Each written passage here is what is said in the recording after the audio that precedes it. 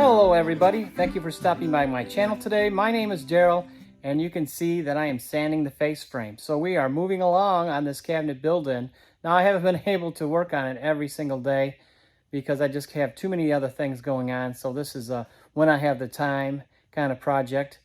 But we are now sanding the face frame in preparation for stain.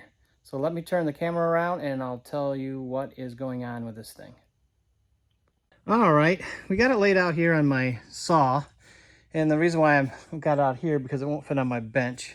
So you can see it doesn't really fit on this either, so I have to just sand a little bit at a time. And I'm sanding right now with 150 grit sandpaper, and then I will switch over to this Festool Granite 180, and then we'll go to 220.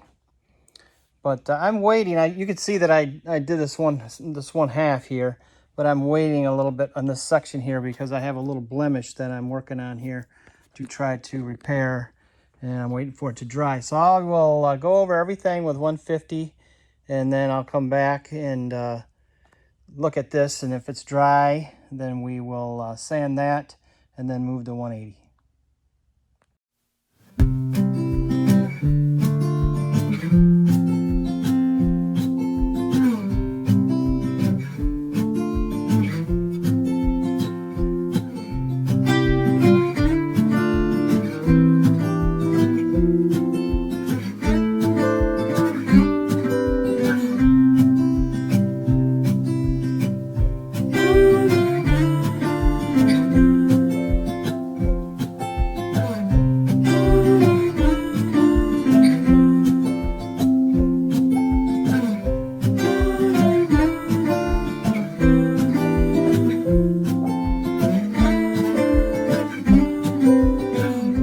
Alrighty, I got all the sanding finished.